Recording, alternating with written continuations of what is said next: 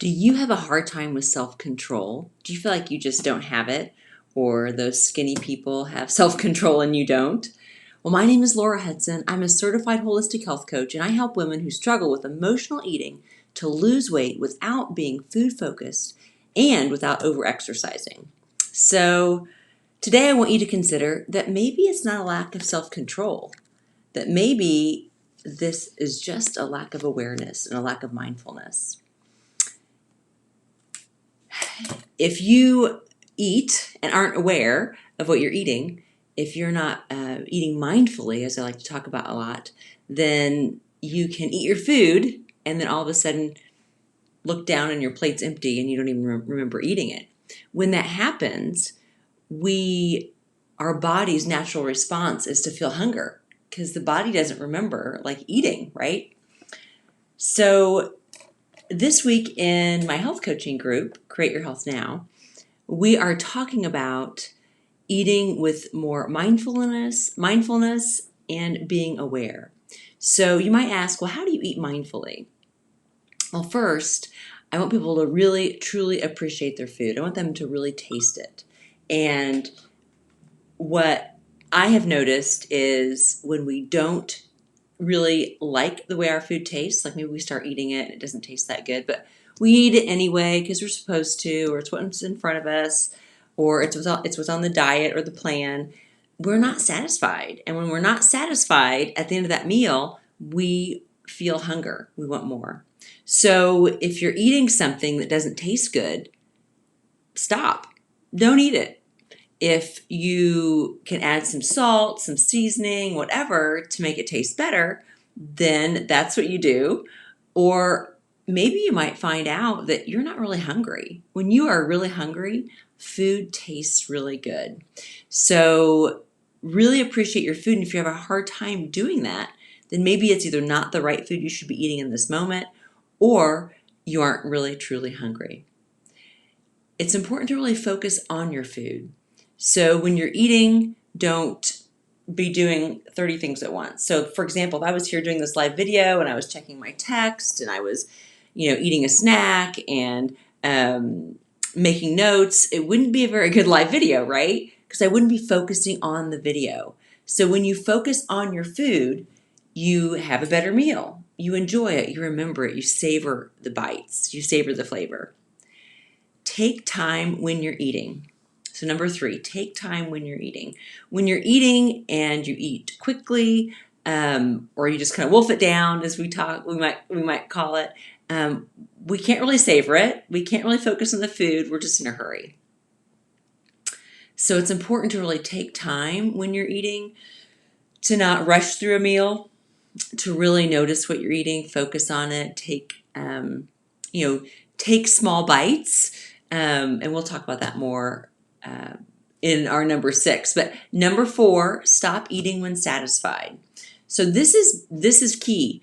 We will be more satisfied when we eat slowly, when we focus on the food, and when we notice and really appreciate it. So if we are noticing that it tastes really good and we're really enjoying it and we're eating it slow so we could savor it, then we're going to notice more, hey, the body's going to say, hey, I feel satisfied. That was a good meal. Food is meant to taste good. It's meant to be pleasurable. It's meant to be enjoyed. So when we rob ourselves of that enjoyment, then our body just says to us, I'm hungry. So, and often people will eat until they're full. So we want to really I want to make you aware of the difference between eating till you're full and eating when you're satisfied. So you want to stop when you're satisfied. I usually say eat till about 80% full. You could bend over, pick up your napkin without feeling like you're going to throw up. You could maybe get up and clean the kitchen, go for a walk or something. Nothing really overly active, but you could actually do some activity and you wouldn't feel sick, wouldn't feel stuffed. Okay, number 5, focus on nutritious foods. So what I want to encourage you to do is focus on foods that are really going to nourish the body. If you're going to eat a hamburger, my opinion is Eat the best quality meat out there. Eat grass-fed beef. Eat organically raised, whatever. But if you're going to eat some, like meat, get a really good quality. It's going to be more nourishing. It's going to have more nutrition. And our body is going to really appreciate that. So we're going to feel more full and we're going to feel more satisfied. So this doesn't mean we can't have a snack or something that's not the healthiest. But remember, we want to eat healthy 80% of the time. So eating, more nutritious food, focusing on that, is really key to helping you, feel more satisfied with your meal. All right, number 6, chew your food thoroughly. So this is kind of where I was talking about take small bites, really notice the taste of your food, chew it thoroughly. This slows you down. I don't want you to think that you have to be strange around eating, like you have to just, you feel like you can't eat with others, or feel like you can never watch TV while you eat a snack or something. But it's a really good practice to practice, maybe eating some meals on your own or some snacks on your own and really tasting it, really enjoying it. Just really getting the full experience. So when I was struggling years ago with binge eating, one of my counselors took me through a mindfulness eating exercise with some of the foods I thought that I would just binge out on, like my trigger foods. Does that make sense? So I had to go to the vending machine at her office and buy Reese's peanut butter cups, and I can't remember what else.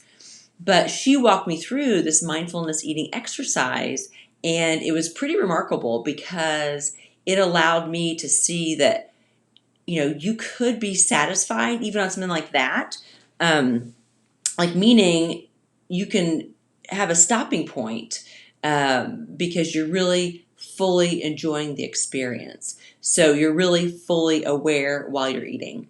So it's not something that I personally buy or eat now, but that was interesting for me because, I learned that those foods, the peanut butter cups, the Reese's peanut butter cups, those didn't have to be a trigger food. I could notice that this tastes really good, and notice that feeling like I'm not supposed to eat this, but then also well, who says I'm not supposed to eat this, right? And just really notice that you can experience the flavor of the food, and when you're eating nutritionally, for the most part, you're not drawn to foods like that as much. And if you look at a lot of the diets that are out there, I know a lot of my clients have had experience on going on different diets. And we feel like, oh, a friend had great success on a low carb diet or a high fat diet or a low fat diet or a no meat diet, then, we feel like, well, they had success. That must be what I need to do. I haven't tried that yet. Well, keep in mind that most diet programs out there have one thing in common. They're focusing on more whole foods, right? Things that you cook from scratch, or more protein, less junk, less sugar. So that's why I don't really like to teach a diet, but I like to teach, you learn what way of eating works for your body. And that's where this awareness and mindfulness comes in. And if you need help, with feeling like certain foods are triggers for you, obviously I'm happy to help. You can go to createyourhealthnow.com and sign up for a free call with me. But one thing I really like to help my clients see is kind of like I was saying with the Reese's peanut butter cup experience that my counselor at the time took me through. It wasn't about, we were kind of noticing the thoughts around it. Okay, this is like a bad food. I'm not supposed to eat this. I'm supposed to, if I'm eating a peanut butter cup, this must mean I'm being bad.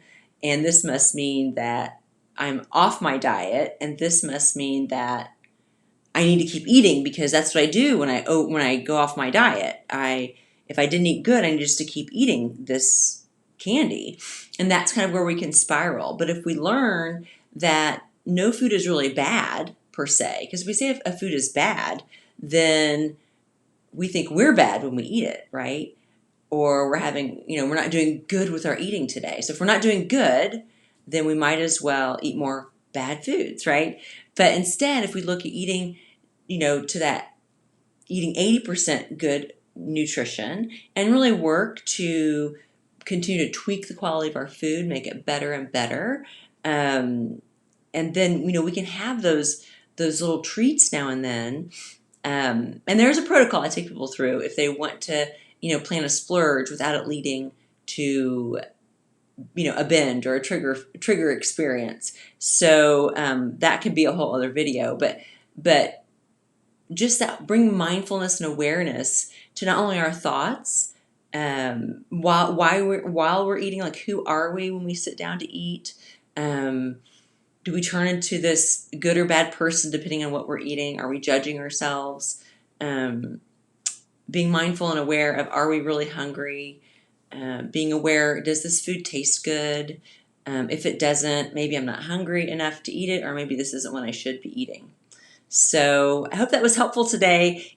I really encourage you to join us in Create Your Health Now, the Facebook group, because this is my free health coaching group. We're going to dive deeper into this topic this week, and we'll do a video on Thursday as well, where we really dive deep into this mindfulness and mindful eating. So I hope this is helpful. Create a great rest of your day. And again, please go to Create Your Health Now, either createyourhealthnow.com and sign up for a free call if any of this spoke to you, or go to Create Your Health Now in Facebook and request to join. Be happy to help guide you through some challenging times you might be having when it comes to food. So create a great day. Again, Laura Hudson with AFC Essentials. Bye for now. Bye-bye.